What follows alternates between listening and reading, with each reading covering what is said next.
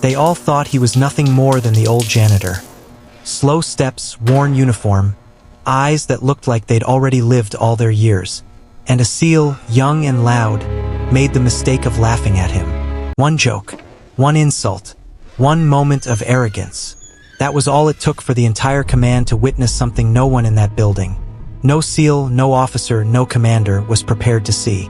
Because when the old man finally reached into his pocket and revealed a medal no SEAL had ever earned, a medal they didn't even know existed, the hallway didn't just fall silent.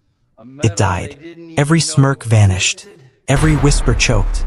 And the young SEAL who mocked him felt the ground disappear beneath his feet, realizing he hadn't insulted a janitor. He had insulted a legend the military tried to erase from history.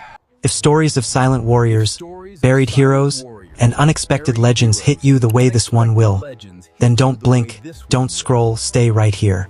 Hit like, subscribe, and comment respect to honor the men who carried the weight of wars without ever asking for recognition.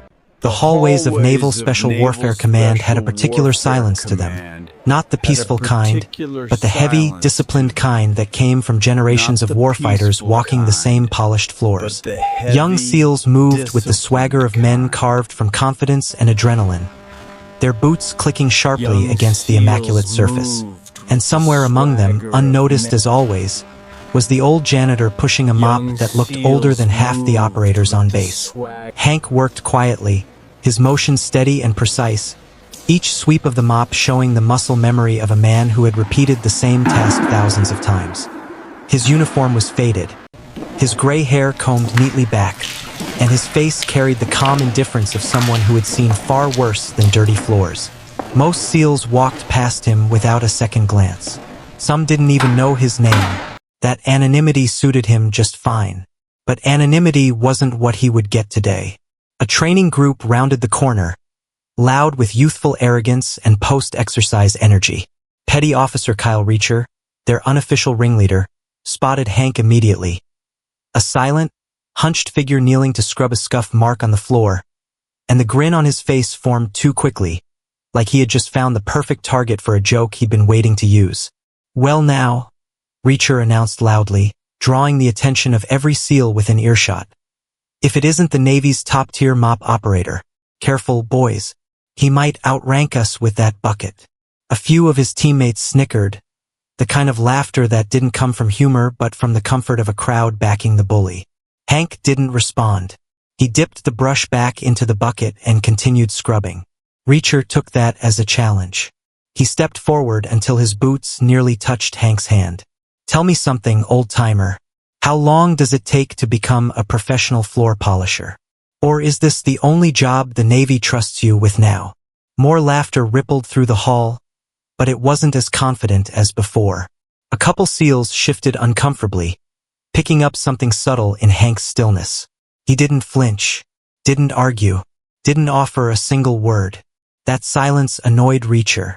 He crouched down, putting his face near Hank's, voice dripping with condescension. "Come on, Hank, say something. Or is your hearing going out with the rest of you?" Hank paused, finally setting the brush into the bucket. The sudden stop, so calm, so deliberate, silenced even the ones who had been laughing. He rose slowly, his joints stiff but his posture surprisingly straight, revealing a steadiness that didn't match his age. When he lifted his eyes to meet Reacher's, something shifted in the atmosphere. A quiet tension crept into the hallway, but no one could explain why. "There are things you don't understand yet," Hank said softly, his voice steady and gravelly. "And you won't, until life teaches you in its own way." Reacher snorted. "Yeah? Like what?" "How to scrub floors with honor." The jab landed wrong. A couple SEALs stopped laughing entirely. Something wasn't funny anymore. Before Reacher could push further, a commanding voice boomed from down the corridor. "Reacher, what the hell do you think you're doing?" Captain Myers approached with the urgent stride of a man used to crises, not playground bullying. Reacher stiffened instantly, standing at attention. The other SEALs followed suit. But when Captain Myers' eyes fell on Hank, he froze, not with anger, but with something far closer to shock. "Hank?" the captain breathed out. I I can't believe it. Reacher blinked, confused. Sir? You know the janitor. Myers ignored him completely as he walked toward Hank, each step slower than the last. When he finally stood in front of the old man, his voice dropped to something nearly reverent. I haven't seen you since the operation, he said quietly. The seals around them stiffened. The word operation carried weight here. Myers wasn't talking about routine missions or training deployments. Reacher frowned, growing uneasy. Captain, what operation? Myers didn't answer him. He couldn't. Instead, he looked at Hank with a mixture of disbelief and respect. Do you still have it? Reacher looked between them, confused. Have what? Hank sighed softly, as if this moment was something he had hoped would never resurface again. But he reached inside the inner pocket of his faded uniform and retrieved a small metal case. Old, scratched, and unmistakably personal. When he opened it, the hallway went silent. Inside lay a metal, darkened with age, heavy with history, and unlike anything the SEALs had ever seen. It wasn't in their manuals. It wasn't on any modern awards list. It belonged to a different era, one far bloodier, far more unforgiving. Captain Myers exhaled shakily. This medal hasn't been awarded in 50 years. Only 6 men ever received it. His eyes locked on Hank. And 5 of them died earning it. The SEALs stood frozen. Reacher's face drained of color. And the man they mocked, the man they dismissed as nobody, had just shattered every assumption in the room. The hallway stayed frozen long after the words left Captain Myers' mouth, as if even the air needed time to understand what it had just witnessed. The SEALs who had been laughing moments earlier now stood rigid, eyes locked on the strange, aged metal resting in Hank's weathered palms. It wasn't shiny like the modern ribbons pinned on their dress uniforms. It wasn't even symmetrical. It looked hand-forged, hammered by someone who understood metal and suffering in equal measure. It radiated a silence so heavy that even the fluorescent lights seemed to dim around it. Reacher swallowed hard, unable to decide where to look. At the metal, at Hank, or at the captain who suddenly looked 20 years younger and 10 years more afraid. What is that? Reacher whispered, a far cry from the bravado he wielded minutes earlier. Captain Myers didn't take his eyes off the metal. You don't recognize it. Good. You shouldn't. None of you should. He stepped closer, almost reverently, as if afraid the metal might vanish if he moved too fast. This is the Resolute Star, he said quietly. Awarded only to operators in a program that doesn't officially exist anymore. A program buried so deep that most of its missions were burned, sealed, or wiped from record. Only 6 recipients ever earned it. Only 6 men in all of U.S. military history. Hank closed the case gently, but the weight of the truth still pressed into the room. And you're looking at the last one still alive. A stunned silence rolled over the SEALs like a wave. They weren't used to feeling small. They weren't used to feeling anything other than capable, elite, untouchable. But standing in front of this quiet, gray-haired janitor, the hallway felt suddenly too tight, too bright, too unforgiving. Reacher's voice trembled. Sir, he was Special Forces? Captain Myers turned sharply. Reacher listened very carefully. Hank wasn't just Special Forces. He paused, choosing his words like selecting a fuse to disarm a bomb. He was part of a unit that operated before SEAL Team 6 existed, before modern DevGru, before the tactics you boys train today were even imagined. They were the kind of men the Pentagon sent when diplomacy failed and when extraction was marked impossible. Myers took a slow breath.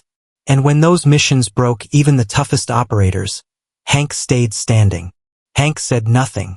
He simply looked at the floor, a familiar friend, like he wished the conversation would stop, like each word was a stone dropped into a well he'd spent his life burying. But Myers wasn't finished. You want to know how I know him? The captain asked, voice tightening. There was an op, classified so deeply I shouldn't even say the name of the country. Our team went down. The birds couldn't get in. We were surrounded, low ammo, low blood, and lower hope. We were told to hold out until sunrise, But sunrise wasn't going to come for us. He looked at Hank. And then he came. Reacher blinked. Came? Sir, how? Myers stared at him like the question didn't even make sense. He walked in. The seals stiffened. No one walked into a hot zone. No one. He came alone, the captain continued. No backup. No radio contact. Just a pack, a rifle, and a look in his eyes like he'd already died once and wasn't afraid to do it again. He got us out. Every single one of us. I watched him take a hit to the shoulder and keep moving like it was a mosquito bite. Reacher's throat clenched. His team stood behind him, eyes lowered, their usual confidence evaporating into the polished floor they now wished they could sink into. How old were you back then, Hank? Myers asked. Hank hesitated, then answered softly. Old enough to know fear, young enough to outrun it. It wasn't bravado. It wasn't a quote meant to impress. It was simply the truth, and that truth made Reacher feel small, painfully small, in a way he had never felt before. You boys trained to be ready for anything, Myers said, turning back to the SEALs. Hank lived through everything, and he didn't come back to applause. He didn't go on talk shows. He didn't write a book. He disappeared because that's what his unit did. They vanished so the country could sleep. Hank exhaled slowly, placing the metal case back into his pocket as if tucking away a ghost. I'm nobody now, he murmured. Just a man with a mop. No, Myers said instantly. Not a chance. You earned the right to live quietly. That's different. The SEALs lowered their eyes. Not out of shame, but out of respect they didn't know how to express. Hank picked up his mop. Reacher stepped back instinctively, as if the wooden handle carried the weight of Hank's entire history. And for the first time since the hallway incident began, Reacher wasn't thinking of insults. He was thinking of how close he had come to disrespecting the kind of man he trained his whole life hoping to become, and would probably never match. Hank dipped the mop into the bucket and spoke quietly, almost to himself. You don't need to know who I was, he said. Just learn how to treat people before you learn how to fight. It hit harder than any punch. And in that long, heavy silence, the sound of water dripping from the mop echoed through the corridor like a lesson none of them would ever forget. For a long moment, no one moved. The hallway that moments earlier had echoed with jokes and boots and confidence now felt like a sealed chamber where every breath carried weight. Hank continued mopping the floor, slow and steady, as if nothing significant had happened, but the young SEALs watched him with a mixture of awe and uneasy guilt, like they had just glimpsed a dangerous truth they weren't supposed to see. Captain Myers stood still, eyes fixed on Hank with the haunted look of a man who had just confronted a piece of his own past. One he had buried under years of service, medals, and silence. Reacher broke the quiet. Sir. His voice cracked. He cleared his throat and tried again. Sir. What was the name of his unit? Myers didn't answer immediately. His jaw tightened, and he scanned the hallway to make sure no one else was listening. Names mean records, he said finally. And records mean traces. Hank's unit didn't leave traces. They weren't meant to survive history. Only their missions were supposed to. Reacher swallowed, heat rising to his cheeks. So they were Black Ops? Myers gave a hollow laugh. Black Ops is the stuff you boys brag about when you finish selection. No. Hank's unit did the missions that Black Ops teams couldn't touch. Missions without radio support, without extraction plans, without the luxury of a country claiming them if things went wrong. He took a step closer to the SEALs, lowering his voice. They were ghosts. They walked into hell, and if they came out, they didn't talk about it. Hank didn't react. He kept mopping slowly, but the way he held the mop, a firm grip, controlled movement, suggested habits formed long before janitorial work, habits shaped by decades of handling weapons, tools, and survival gear under conditions no human should endure. Reacher looked down, ashamed of every word he'd thrown at Hank. But shame wasn't enough for his mind to stay still. It kept racing with questions. Captain, he said quietly, was he in Vietnam? Myers gave him a long look. Reacher, if Hank was only in Vietnam, he would be the least interesting thing about him. That answer hit harder than Reacher expected. Before he could ask more, Hank paused his mopping and leaned lightly on the handle, as if he could feel the weight of their questions without hearing them. "You're all too young to understand what war used to look like," Hank said softly. "You have drones, satellites, GPS. Back then we had none of that. Sometimes we didn't even have maps that weren't drawn by hand. But we had something else. We had each other." The hallway quieted further. Hank rarely spoke more than a sentence at a time. Hearing him talk this long felt like watching a glacier crack open. "I served where they sent me," he continued. "Not because I wanted to be a hero, but because I couldn't watch young men die for nothing. If I could bring one more boy home to his mother, that was enough." Reacher found himself stepping closer, not out of curiosity, but out of respect. "Sir, how did you earn that medal?" Myers shot him a sharp look, warning him silently not to push too far. But Hank didn't seem bothered. Instead, he stared at a spot on the far wall, as if trying to pull a memory from a place he'd sealed away for decades. "The medal wasn't the point," he said. "It never was. They handed it to me because they didn't know what else to do. My unit was gone. Every man in it. Good men. Better men than me. And when I came back, they needed a reason for why I survived, and they didn't." He shifted his weight slightly, the mop still in his grasp. "They told me it was bravery. It wasn't. It was luck. Terrible, cruel luck. No one breathed. No one blinked." The hallway felt church-like. Reacher realized, with painful clarity, that nothing Hank said sounded like pride. It sounded like a confession. "Hank," Myers said gently, "you earned that medal 10 times over. Everyone knows it." Hank shook his head slowly. "Not everyone. Most people who knew are dead." Reacher's voice came out small. "But, sir, if you were part of that kind of unit, why come here? Why be a janitor?" Hank smiled. Not a happy smile, but the sad, tired smile of a man who'd walked too far, seen too much, and finally found a quiet corner of the world where no one expected anything from him. "Because I didn't want to be a soldier anymore," he said. "I wanted to be invisible. And janitors are invisible. People walk past you. They don't ask you to relive the worst days of your life. They don't ask you to be what you used to be." His eyes softened. "They just let you clean the floor." For the first time in his life, Reacher understood something his instructors had hammered into him, but he'd never truly absorbed. Real warriors don't wear their scars on their sleeves. Real legends don't demand respect. Real heroes don't brag. They mop floors in quiet hallways, hoping no one looks too closely. Before anyone else could speak, a sharp beep echoed from Captain Myers' radio. He lifted it to his ear, listened, and his expression tightened immediately. "All right, listen up," he barked. "Ops is requesting immediate personnel for a situation. Reacher, your team is on standby. Move." Reacher hesitated, glancing at Hank.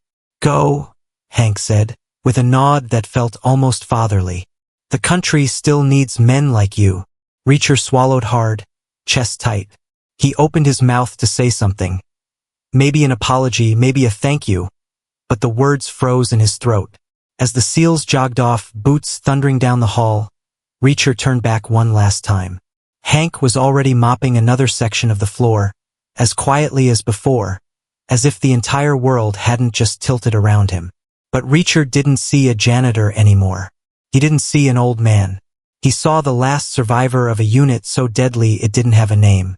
He saw a man who carried ghosts the rest of his life.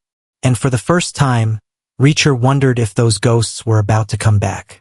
The building felt different after Reacher's team sprinted out of the hallway. The echo of their boots faded into the distance, leaving behind a heavy quiet that settled over the command like dust on old photos. Hank continued cleaning, the mop gliding across the floor with a soft, rhythmic whisper. But Captain Myers didn't move. He stood there watching Hank with a conflicted expression. Part admiration, part guilt, part something else he didn't want to name. As Myers turned away, preparing to head back to his office, a low rumble vibrated through the floor. Subtle at first, barely enough to register. Hank paused mid-stroke. The mop froze in his hand. He closed his eyes, and for a brief moment, his breathing changed, slowed, deepened, sharpened, like a hunted animal recognizing the distant tremble of the ground before the storm hits. Myers felt it next. His head snapped up. Then the rumble came again. Louder. Different this time, metallic, stuttering, mechanical. Was that? Myers began.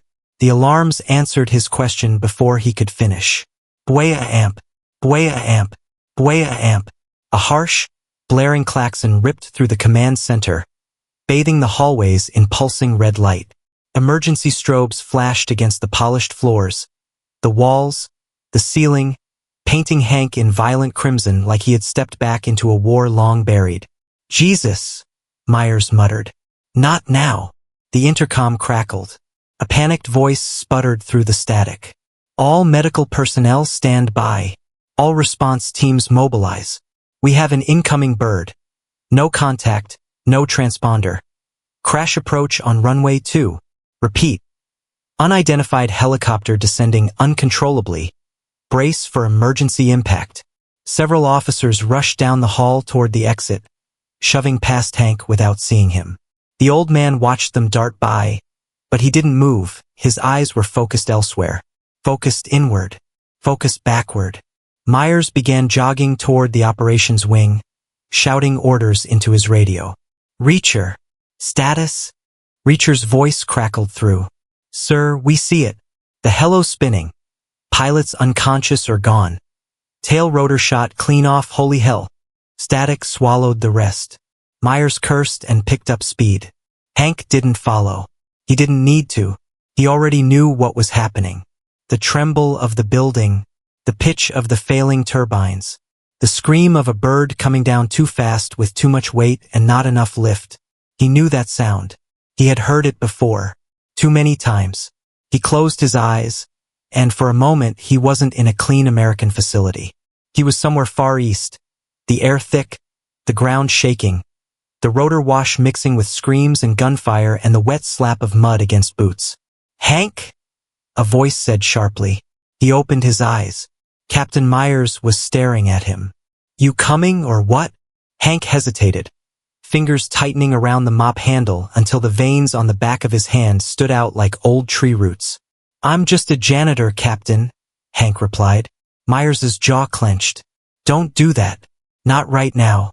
I know that look. I've seen it on too many men who survive things they shouldn't have. That bird goes down wrong. Reacher's team dies. The crew dies. My men die. Hank looked down at his boots. Please, Myers said quietly. I know you don't want to be who you were. I get that.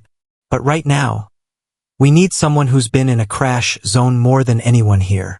Something broke in Hank's expression. Not a crack, not a shatter, but a shift, a decision. He didn't say a word. He simply set the mop aside. When he straightened up, the change was so subtle most people wouldn't have noticed. His shoulders didn't broaden. His wrinkles didn't disappear. But something ancient, something controlled, something lethal flickered behind his eyes. A ghost stretching its limbs after a long sleep. Myers saw it, and he stepped aside. They moved together toward the exit doors, Hank's limp nearly disappearing, his pace slowing only for precision rather than pain. Every step he took was measured, efficient, the walk of a man who knew how to move in chaos, how to make his body obey even when the world around him burned. The moment they burst through the doors into the open tarmac, the sky erupted with sound. Wind, screams, radio chatter, and above it all, the deafening chop of failing helicopter blades slicing the air in vicious, uneven cycles. An MH-60 transport helicopter was less than 200 feet above the ground, spinning in a slow, deadly corkscrew, smoke trailing from its fractured tail. SEALs and ground crew sprinted across the runway, waving, shouting, trying to establish emergency protocols. But from Hank's vantage point, he already knew it was too late for protocol. The bird was going down, and it was going down wrong. Reacher and his team were directly beneath it, desperately trying to help guide it toward a safer crash angle, but they were too close, too inexperienced for this kind of disaster, and far too unaware of what the old man beside them had once survived. Hank! Myers shouted. Talk to me. The old veteran didn't answer. He simply watched the helicopter fall, tilted his head slightly, and whispered, almost too softly to hear, "They're coming in too hot. Wrong, y'all. They'll cartwheel." Myers heard just enough. "What do we do?" Hank exhaled once through his nose. And then, for the first time in decades, his voice hardened into the unmistakable tone of a battlefield commander. "Clear the right flank, pull back the west team, and get those fuel trucks out of the way." Every nearby operator froze. That tone, that authority, that instinct, it wasn't janitorial. It wasn't accidental. It wasn't rusty. It was the voice of a man who had survived crash zones most soldiers never lived long enough to describe. Reacher heard him from across the tarmac, turned sharply, eyes wide. "Is that?" But he didn't finish the sentence. Because at that exact moment, the helicopter dropped the last 50 feet in a violent, uncontrolled plunge. Myers shielded his face. Reacher dove. And Hank sprinted. Fast. Too fast. Faster than any man his age had a right to move. His limp vanished. His hesitation vanished. His history didn't. The ghost had returned. And this time he wasn't here to mop floors. He was here to save lives. Again. The last 20 feet of the MH-60's descent didn't look like flying, it looked like dying. The tail rotor had already torn free, spinning across the runway like a scythe from some furious god, sending sparks across the concrete. The helicopter tilted in a violent corkscrew, blades chopping air unevenly, screaming against physics, against gravity, against fate. Reacher threw himself behind a concrete barrier as the downwash slammed him sideways like a truck. His team dove after him, their faces scraped, eyes blinking through dust. But even in that chaos he managed to lift his head and look toward Hank. The old man wasn't diving for cover. He was running straight into the collapse.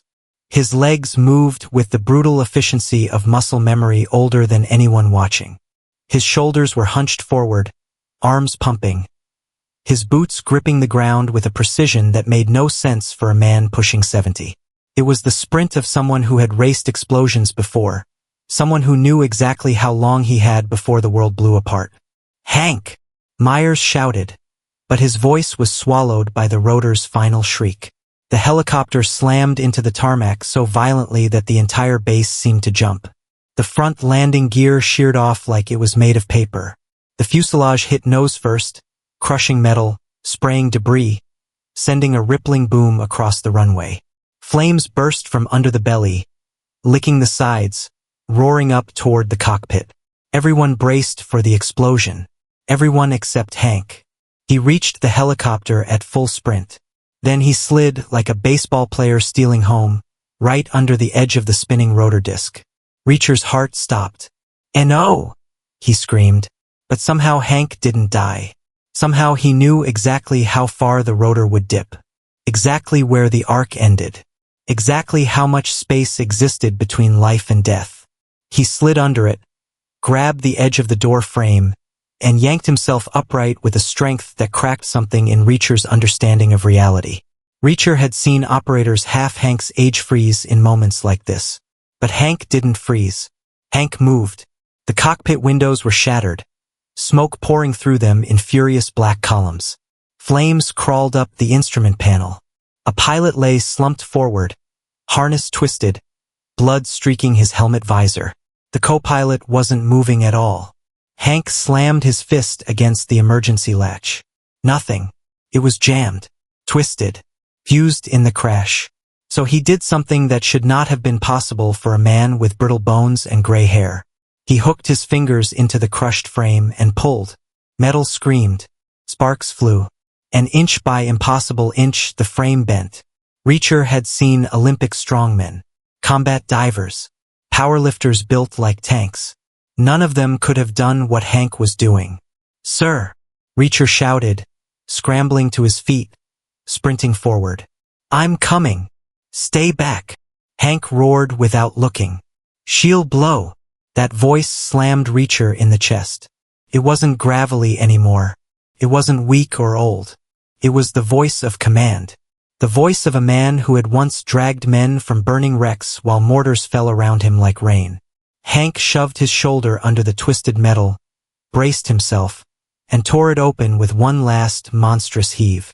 The door ripped free. He moved inside the cockpit before the smoke swallowed the opening. Reacher watched in disbelief. How is he? Myers ran to Reacher's side, panting, eyes wide with something between fear and awe. He's done this before. Too many times. Inside the cockpit, the fire crawled up the back wall, licking closer to the fuel line. Smoke poured into Hank's lungs, but he pushed deeper, grabbing the pilot under the arms. "Wake up, kid," Hank growled, dragging the limp weight with the smooth, practiced rhythm of a man who had downed birds behind enemy lines on nights where the moon was swallowed by ash. "You don't die today." The pilot coughed weakly. "Good." Hank hauled him out, half lifting, half dragging him through the doorway. Reacher rushed in to help, grabbing the pilot's legs, pulling him clear as the fuselage cracked with a thunderous pop. The fire spread faster. The cabin temperature spiked. Something metallic began to bubble. Hank didn't stop. "We got one more," he barked, already turning back in. Reacher grabbed his arm. "Sir, it's too unstable." Hank shoved him aside with a strength no 70-year-old should possess. "I've left too many men behind in my life," he said in a low, shaking voice. "Not again. Not today." He climbed back into the inferno. Reacher yelled after him, but the helicopter swallowed Hank whole. Inside, flames curled around the instrument panel. The co-pilot's harness was tangled. Blood covered his shoulder. His helmet visor was cracked into a spiderweb pattern. The fire reached the wiring. Sparks showered. Hank yanked at the straps. They didn't budge. The heat blistered his skin. The smoke clawed at his throat. His eyes watered so badly he had to blink just to see. But he kept going. "Come on," he whispered, not to himself but to the soldier he refused to lose. "Not on my watch." The second the straps loosened, Hank slung the unconscious co-pilot over his shoulder like dead weight. His knees shook, his breathing rasped, but he forced one step, then another. Outside, Reacher saw movement inside the flames. "Hank!" he screamed, sprinting forward. The old man stumbled out of the wreck just as the fire licked the fuel line. Reacher reached him, caught him, pulled him and the co-pilot away with a desperate, bone-shaking burst of strength. They fell backward behind a truck, and the helicopter detonated. A wall of fire roared into the sky, shaking the earth so violently that dust rained from the hangar roof 50 yards away. The shockwave flattened Hank and Reacher against the side of the vehicle. The flames rose high enough to paint the night orange. For a few seconds the world was nothing but heat, sound, and fury. Then it was over. Reacher turned, heart hammering. "Hank? Hank!" The old man lay on his back, chest rising and falling in ragged breaths. His hair was singed, his shirt half-burned, his skin streaked with soot, but he was alive. More alive than anyone had ever seen him. Reacher's voice broke. You pulled them both out. You saved them." Hank coughed, wiped blood from his lips, then gave a small, tired smile. "I didn't save them," he rasped. "We did." Reacher shook his head. "No, sir. Without you, they were done." Hank closed his eyes, whispering through a shaky breath. "Then I finally made something right." Before Reacher could respond, medics swarmed in, lifting the pilots away. Myers rushed through the crowd and knelt beside Hank, grabbing his shoulder. "Damn it, old man," he whispered. "You said you were just a janitor." Hank forced his eyes open, looking at him with a mixture of sadness and something deeper, something like acceptance. "I was," he said softly. "I am." Reacher stared at him, voice trembling with something between disbelief and reverence. "No, sir. You're something else." Hank didn't reply. He didn't need to, because for the first time, everyone on that runway understood exactly who he truly was. Not a janitor, not a relic, not a nobody, a ghost from a forgotten war, a man who ran toward fire when younger men ran from it, a legend without a legend's pride. And Reacher knew one thing with absolute certainty. This wasn't the end of Hank's story. It was the beginning. The hospital bay smelled faintly of antiseptic and warm plastic, the scent of fresh 4-bags and vinyl mattresses. Machines hummed quietly, rhythmically, filling the space with the calm order of controlled medicine. But Reacher's heart had not slowed since the explosion. It pounded with a sharp, restless beat as he stood beside Hank's bed in the isolation room. Hank was asleep, deeply asleep, breathing slow and steady beneath the thin white blanket. His palms were wrapped where the metal frame had burned him. His arms were scraped, bruised, streaked with soot. His hair had been singed short around the temples. If someone walked in right now without knowing who he was, they would simply see an exhausted old janitor who had gotten too close to a crash. Reacher saw something else. A warrior. A survivor. A man carved out of battles nobody else lived through. Reacher swallowed, stepping back as Captain Myers entered quietly, holding a manila folder. The folder wasn't thick. That was suspicious. A man like Hank should have had a record the size of a dictionary. "I pulled what I could," Myers said in a low voice. "What you could," Reacher repeated. "Sir, with respect, he just saved 2 pilots.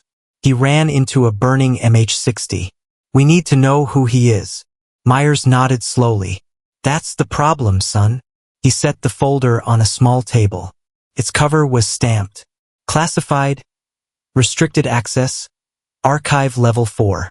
But what unsettled Reacher was the second stamp underneath it. Faded but still visible. Redaction authorized. Order 17 AD. Order 17 AD. Reacher had never seen that code. It wasn't part of any clearance system he had heard of. "Sir," he said carefully, "what level is Order 17 AD? Myers didn't answer immediately. He sat, rubbing his face with both hands. "Reacher, Order 17 AD is not a clearance level. It's a burial order." Reacher stiffened. "A burial order?" Myers nodded. "It means someone's file was intentionally destroyed. Not sealed. Not locked. Destroyed. Permanently. On purpose." Reacher felt something cold settle in his chest. "But they didn't do it right," Myers added, tapping the folder. "Someone left scraps. Fragments. Things they didn't catch." Reacher leaned forward. "What kind of scraps?" Myers opened the file. There were only 3 pages inside. Page 1. A blurred black and white photo of a younger Hank. Muscular, clean-shaven, eyes sharp enough to cut steel. No rank. No unit. Just a date. 1981. Page 2. A mission log fragment, half-burned, half-scanned, describing an operation in a remote mountain region. The names of the team members were redacted entirely, black bars swallowing identities. Except for 2 words that somehow escaped the blackout. Brewer, primary rescue asset. Page 3. A single sentence, typed on a typewriter yellowed with age. Subject, Brewer, Theodore. Status, retired from active, not released from duty. Reacher frowned. "Not released from duty, sir? That doesn't make sense." Myers exhaled deeply. "It means the government never signed off on ending his service. It means technically, legally, he's still a soldier. A soldier whose records were erased so thoroughly that even Pentagon servers don't know he exists." Reacher stared at the document, mind racing. "So, what does that make him?" Myers met his eyes. "A loose end." The words hit Reacher like a blow. Hank, gentle, soft-spoken Hank, wasn't just forgotten. He was buried, hidden, left in the world as an unclaimed shadow. "Why bury him?" Reacher whispered. Myers rubbed his temples. "I don't know. But whatever it was, someone thought it was dangerous enough to erase him completely." Before Reacher could respond, a knock sounded on the glass window of the isolation room. A nurse pulled the curtain gently. "Captain, someone's asking for you." Myers frowned. "Who?" But before the nurse answered, the air changed. A presence filled the hallway. Not loud, not aggressive, but heavy. A man stepped forward into view, tall, gray-haired, wearing a crisp naval uniform adorned with rows of ribbons and insignia that made even Reacher stand straighter. A gold trident pin gleamed on his chest. A SEAL admiral. But not the smug officer from earlier. This man was different. Older. Colder. His face carved with the permanent tension of someone who had made too many world-shifting decisions. When he saw Hank lying in the bed, his jaw locked, eyes narrowing with a flash of recognition, he tried, and failed, to hide. Myers stepped forward. "Admiral Jonas, sir. We weren't expecting." "Where is the file?" the Admiral said sharply. Myers instinctively placed his hand over it. "Sir, why?" The Admiral didn't answer. He didn't need to, because his eyes were fixed on Hank's unmoving body with a look that wasn't relief, wasn't pride, wasn't respect. It was fear. Deep, involuntary fear. "Captain," Admiral Jonas said quietly, "that man should not be alive." Reacher stepped forward immediately. "With respect, sir, he saved 2 pilots. The Admiral cut him off. "And that's exactly the problem, son." He took a step toward the bed. "Hank Brewer was never supposed to resurface. Not after what he did. Not after what we made him do." Reacher felt his fists tightening. "Sir, what did he do?" The Admiral looked at him, then at the file, then back at Hank. His voice dropped into a grave whisper. "He's the last survivor of a program that cost this country more than any war ever did. A program so dangerous it was dissolved, locked away, and wiped. No graves marked. No names honored." Reacher's stomach tightened. "What program?" The Admiral turned to him slowly. "The Specter Program." Reacher blinked. "I've never heard of it." "You weren't supposed to," the Admiral said. "Only the men who created it and the men who survived it knew." Then he stepped even closer to Hank's bed. "And only one man survived." Reacher's voice cracked as he exhaled. "Hank." The Admiral nodded. "And if he wakes up," Jonas said quietly, "he may remember things that were never meant to be remembered." Reacher took a step forward, fury building. "You're not saying..." But the Admiral's gaze darkened.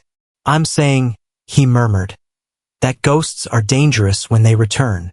And for a moment, just a moment, Reacher thought he saw the Admiral's hand drift toward the syringe tray beside Hank's bed.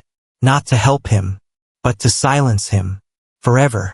The room stayed frozen for several long seconds after Admiral Jonas walked away. The MP's boots echoed down the hall until nothing remained but the soft hum of the cardiac monitor beside Hank's bed. The tension in the air was dense, something between storm pressure and a confession booth. Reacher stood at the foot of the bed, jaw tight, hands balled into fists he didn't remember forming. Captain Myers exhaled slowly, rubbing the bridge of his nose. All 3 men were breathing the same air, yet their minds were galaxies apart. Hank sat upright, his burns wrapped, his arms bandaged, but his posture was the posture of a man who had stood in gunfire and didn't flinch.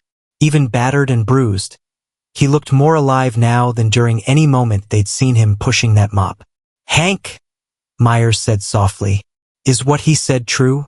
You were part of Specter?" Hank didn't answer immediately. He didn't have to.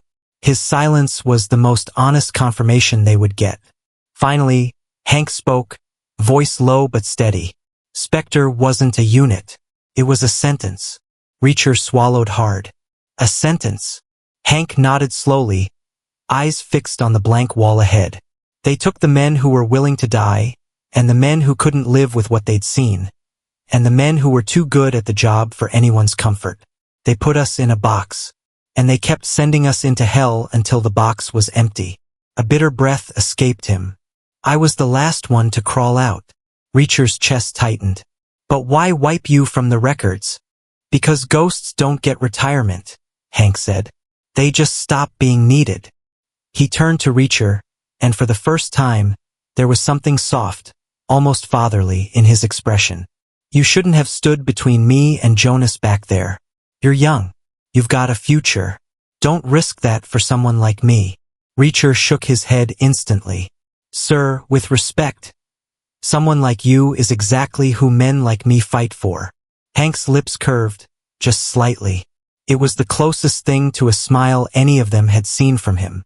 Before he could respond, the door slid open. A nurse entered quietly. Not a soldier. Not an MP. Just a nurse with worry in her eyes.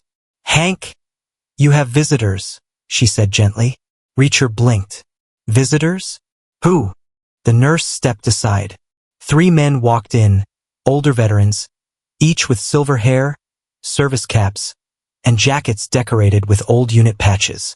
Their movements were slow but dignified. The one in front carried a framed photograph. Faded, worn, edges cracked. Hank's breath hitched when he saw it. The photo showed a group of young soldiers in muddy uniforms, standing beside a helicopter that looked barely flight-worthy. Faces sunburned, eyes exhausted, smiles full of life. On the far right, Hank Brewer, age 24. Alive, burning bright, a leader without wanting to be one. The older veteran holding the frame stepped forward and placed a trembling hand on Hank's shoulder. "Hello, brother," he whispered. Hank's eyes glistened. He looked at the 3 men, shocked into silence. You're supposed to be gone?" The older veteran finished with a soft chuckle. "Yeah, so were you. Turns out we're just a bunch of stubborn bastards." Reacher stared. Myers stared. Even the walls seemed to listen. The veteran squeezed Hank's shoulder. "We heard you were alive. Thought it was time you stopped carrying all of it alone." Hank bowed his head. His breaths trembled. Decades of weight loosened, just enough for a single tear to slip down his cheek. The veteran nodded toward Reacher and Myers. "These boys treat you right?" Hank glanced at them, then nodded. "They do." "Good," the veteran said, "because even ghosts deserve brothers." The room filled with a rare, quiet warmth. A warmth forged not from comfort, but from survival. From men who had seen the end of the world more than once and somehow found their way back to each other. Admiral Jonas wasn't coming back. The MPs weren't returning. No one was here to silence Hank anymore. This wasn't about programs or missions or buried orders. It was about a man finally being seen, really seen, for the first time in decades. Hank exhaled shakily. "I thought I lost all of you," he whispered. "No," the veteran said, gripping Hank's hand. "You just lost your way back." He leaned closer. "And now we're here to tell you, you don't have to walk alone anymore." Reacher felt his throat tighten. This wasn't a legend, wasn't a myth, wasn't a classified ghost. This was a man, flesh and blood, broken but standing, finally receiving the honor he never asked for but always deserved. Hank murmured, almost too soft to hear, "Thank you for finding me." The veteran squeezed his hand. "No, Hank," he said. "You're the one who kept us alive. We're just returning the favor." In the end, Hank Brewer was never just a janitor. He was never the old man with the mop. Never the quiet shadow fading through the halls of a command building. He was the last survivor of warriors who walked into missions that history refused to acknowledge. A man who carried wounds deeper than scars and memories heavier than metals. But he carried them with humility, choosing silence over glory, choosing service over recognition, choosing peace over the violence he once mastered. And when the world needed him one final time, he did what legends do. He stood up. He stepped forward. He saved lives, not because he wanted praise, but because that's who he had always been. Heroes aren't always the loudest. Sometimes they mop floors in the background. Sometimes the greatest warriors walk among us unnoticed. And sometimes we forget to look closely enough to see them. Hank Brewer didn't return to claim a legacy. His legacy returned to claim him. And today, finally, he was honored not as a ghost of a forgotten past, but as a man who never stopped being a soldier. If this story moved you, if you respect the quiet strength of men like Hank, then hit the like button, subscribe, and turn on notifications for more powerful stories of courage, redemption, and the warriors the world forgot. Share this video with someone who needs a reminder that real heroes don't ask for recognition, but they deserve it anyway. Welcome to Endless Stories, where forgotten legends rise again.